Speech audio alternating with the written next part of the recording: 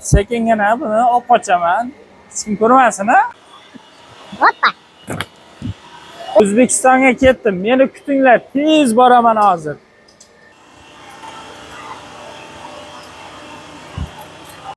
Hamkorlar, mana biz Armor zavodidamiz. Mana bular qozonlar, ya'ni bunda moylar tayyorlanadi. Ba'zi moylarimiz, ya'ni moyning onasi mana shu moylar hisoblanadi.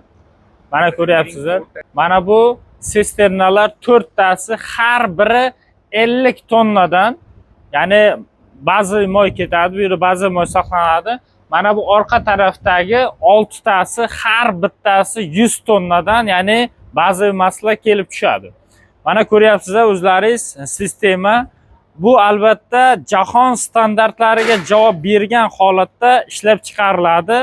Bundan tashqari biz o'sha Armor zavodi bilan kelishdik. Keyingi yilga albatta reytingi yuqori hamkorlarimizni aynan mana shu Dubay shahriga dam olishga taklif qilib qolamiz. Siz kuzatuvchilar, mana sizga tankerlarni, shesternalar ko'rsatdik. Mana bu shesternalardan mana bunga, ya'ni bunga moy pishiriladi.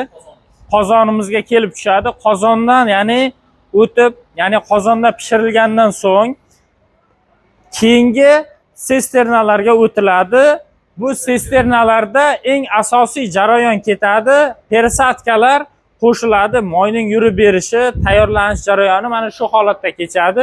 Bu sisternalardan moy persatkalar qo'shilib, aralashtirib bo'lingandan so'ng mana bu yerga kelib va tayyor mahsulotimiz mana bu sisternadan bu sisternaga o'tadi. Mana bu